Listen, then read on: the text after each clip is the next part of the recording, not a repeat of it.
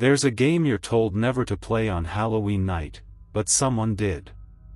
Welcome to another terrifying tale, the Halloween game they tell you never to play. You're watching Mr. Creepy Official, if you dare to stay till the end.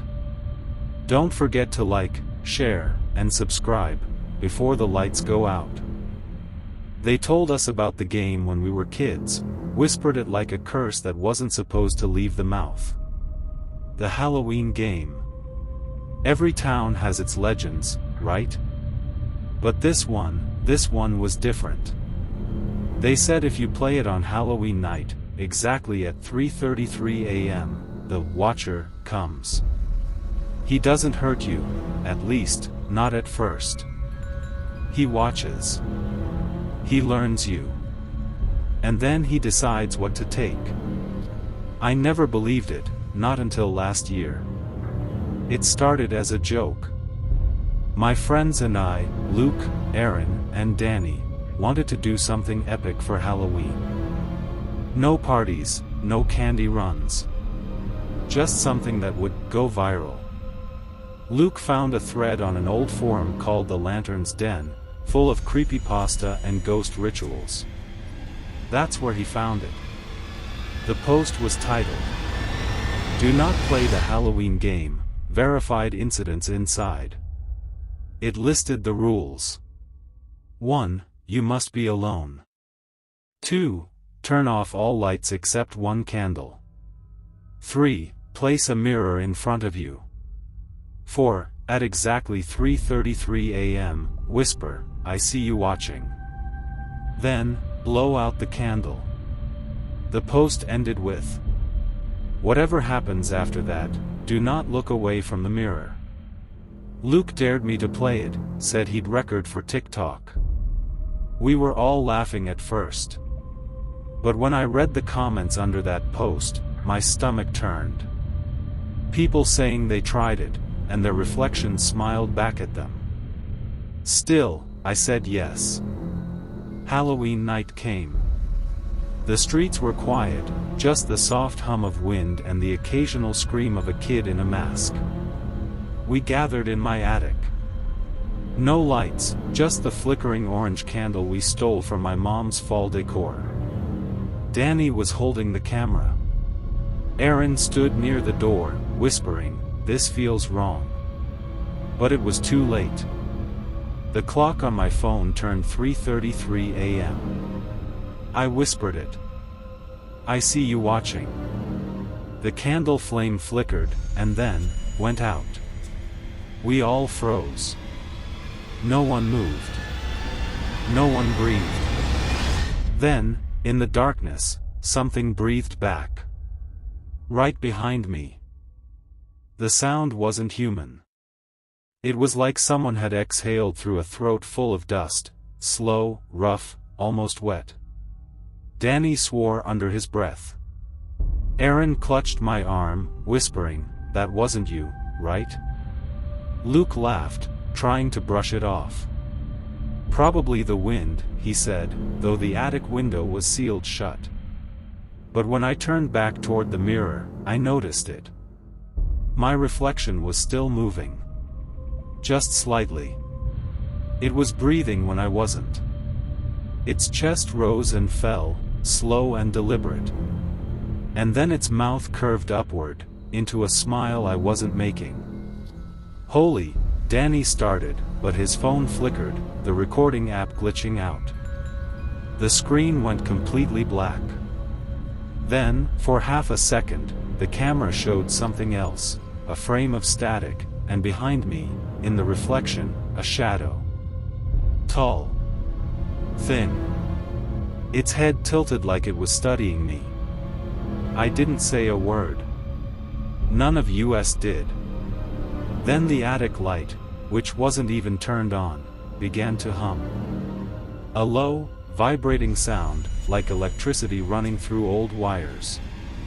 The mirror's surface rippled, almost like water, and I heard it again, that deep, dry breathing.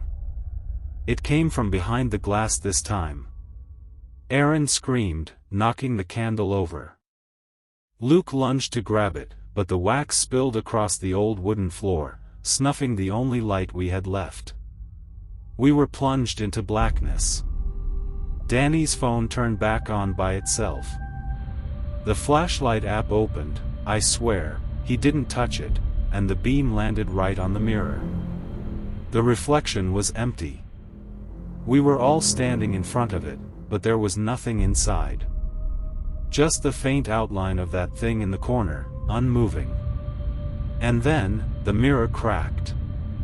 Not like glass breaking from pressure. It cracked from inside. A spiderweb fracture spread out from where the shadow's head had been.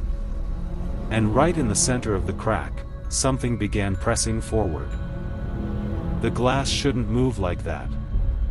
It bulged outward, warping, stretching the cracks like skin pulled too tight. Something behind it was trying to come through. Aaron screamed again and bolted for the attic door, but it slammed shut on its own, hard enough to make the rafters shake. Danny dropped his phone. The light spun across the floor, landing back on the mirror. That's when I saw it clearly for the first time. The Watcher. He wasn't shaped right. Too tall, his limbs bending slightly wrong, like his joints didn't know which way to go. The face, God, the face, looked almost like mine, but stretched, blurred, as if someone had copied it from a dream and painted it on the inside of the glass. "Stop recording," I hissed. Danny whispered, "It already stopped."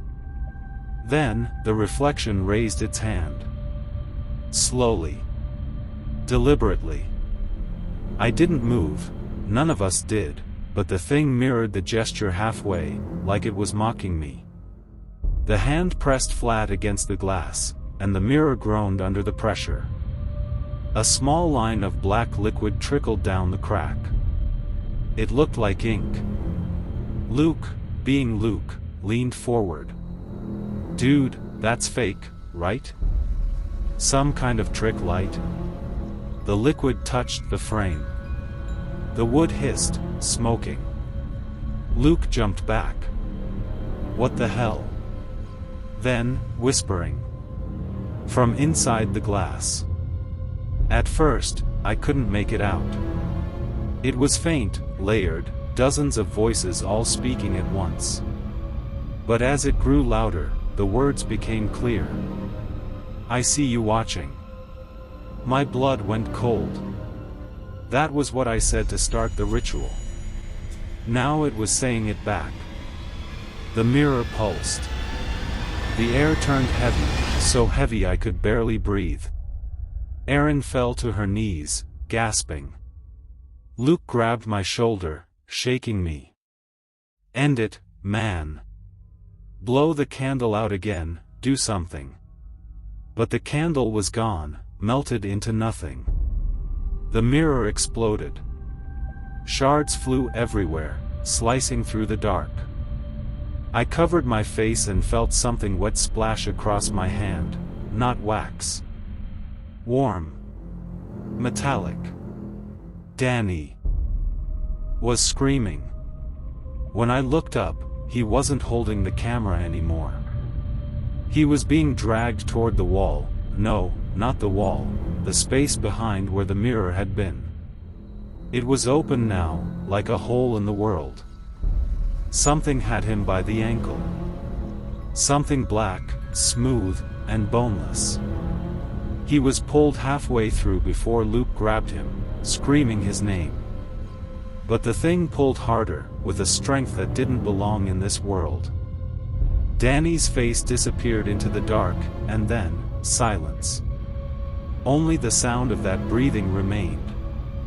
And now it was all around us. Danny's scream didn't stop when he disappeared. It echoed, faint, distant, like he was falling down a never-ending hallway behind the wall. Then it faded, leaving only the creak of the attic beams and that slow, measured breathing. Erin had gone pale, her hands shaking so badly she couldn't stand. Luke kept whispering, "This isn't real. This isn't real." But the air said otherwise. It had weight now, a pressure that made every inhale burn. The mirror's frame was still on the floor. In the place where the glass had been was nothing but black, not paint, not shadow, just absence. When Luke shone his phone's light toward it, the beam didn't reflect. It vanished, swallowed whole. Then the light started to bend. The circle from his phone twisted toward the black hole, stretching like gravity had changed direction. Luke staggered backward, dropping the phone, and the flashlight skidded to the floor, sliding by itself toward the hole. "Don't let it touch!" I shouted. But before I could move, it disappeared inside. The light winked out instantly. Something shifted in the attic. Boards groaned, nails popped. The corners of the room seemed to stretch, pulling outward. The angles were wrong now, too steep, too long. It was like the house was trying to make space for whatever had just crossed over. Aaron clutched my sleeve. "We have to get out. Please, we have to go." We ran for the door, but the handle had sunk into the wood, like the door was swallowing it. Luke slammed his shoulder against it again and again until splinters flew, but it wouldn't budge. Then we heard footsteps on the stairs. Slow, dragging, uneven. I whispered, "Danny." But deep down I already knew. Each step groaned like an old man's breath. The sound reached the landing, stopped, and then something scratched at the other side of the door. 3 slow, deliberate strokes. Aaron started sobbing. Luke pressed his back against the wall, mouthing, "It's still here." The scratching turned to knocking, soft, polite, almost human. And then a voice, low and wet, spoke through the wood. "You looked away." Every candle, every electronic in the house, flared for a single heartbeat, a burst of light so white it burned through my eyelids, and then darkness again. When my eyes adjusted, Erin was gone. Only her phone remained on the floor, screen cracked, recording. The camera showed static for a few seconds, then refocused on the mirror frame. Inside the black hole, I saw her face staring back at me, whispering something I couldn't hear. Luke grabbed my arm. "We're next." I didn't want to look. Every part of me screamed not to. But when Erin's face moved inside that blackness, whispering, pleading, I couldn't look away. Her lips were mouthing my name. Over and over. Luke was pacing, muttering to himself, trying to find another way out. He didn't even see the way the shadows in the corners began to lean forward, as though they were listening. I crawled toward the mirror's frame, my breath shaking. "Erin?" Her mouth stopped moving.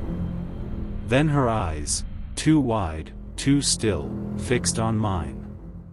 "He wants to trade," she said. The voice didn't come from the hole.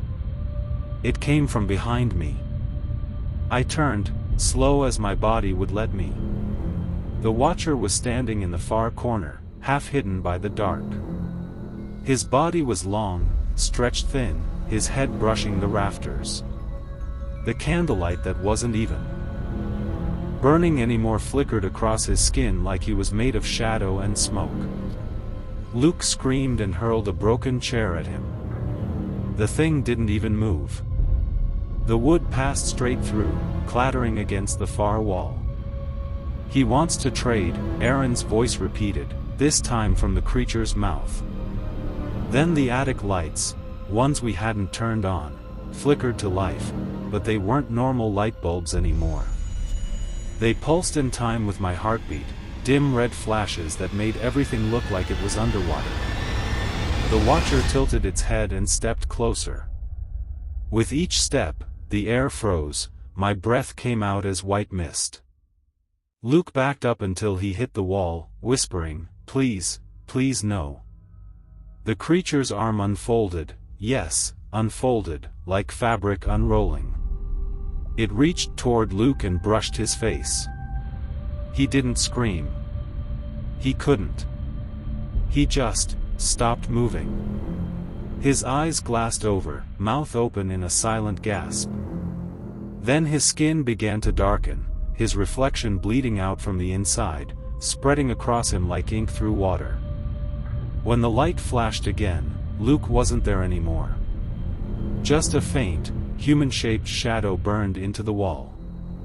The Watcher turned back to me. My knees gave out. "A trade," it said again, in my voice this time. What do you want?" I asked, my throat dry and shaking. The Watcher's grin spread too wide to be real. "I want what you took." Before I could speak, the floor beneath me groaned and the hole yawned open again, deeper this time, a darkness that shimmered like oil. From inside, I heard whispering, hundreds of voices whispering my name, all with Aaron's tone. The Watcher leaned down until its face was inches from mine. The air smelled of burnt wood and wet earth. "I watched you," it said. "Now you watch for me." It reached out, pressed one long, cold finger to my forehead, and everything went black. When I woke up, it was daylight. The attic was quiet again, no red light, no breathing, no cold air pressing against my chest. The mirror frame lay cracked on the floor, as if nothing supernatural had ever happened. For a second, I thought it had all been a hallucination. Then I saw Luke's phone, the one he dropped before the Watcher touched him. The camera light was still on, weakly flickering, battery somehow not dead after hours. I picked it up. The screen glitched, then opened to the recording app. The last clip was timestamped 3:33 a.m., but the footage didn't show us in the attic. It showed me, sitting cross-legged in front of the mirror, whispering something to the camera over and over again. "I see you watching. I see you watching. I see you watching." Over and over, my voice, but I had no memory of saying it. Behind me in the video, the Watcher's hand was resting on my shoulder. I dropped the phone. It kept playing, the whispering looping endlessly until I smashed the screen under my boot. That night, I went to the police. I tried explaining that 3 people had vanished, Danny, Luke, and Aaron. They searched the attic. They found nothing. No blood, no mirror, no signs of struggle. Just dust. They told me it was shock. That I'd imagined it. But a week later, my reflection blinked when I didn't. I was brushing my teeth, staring at my tired face, and for a split second, the reflection smiled.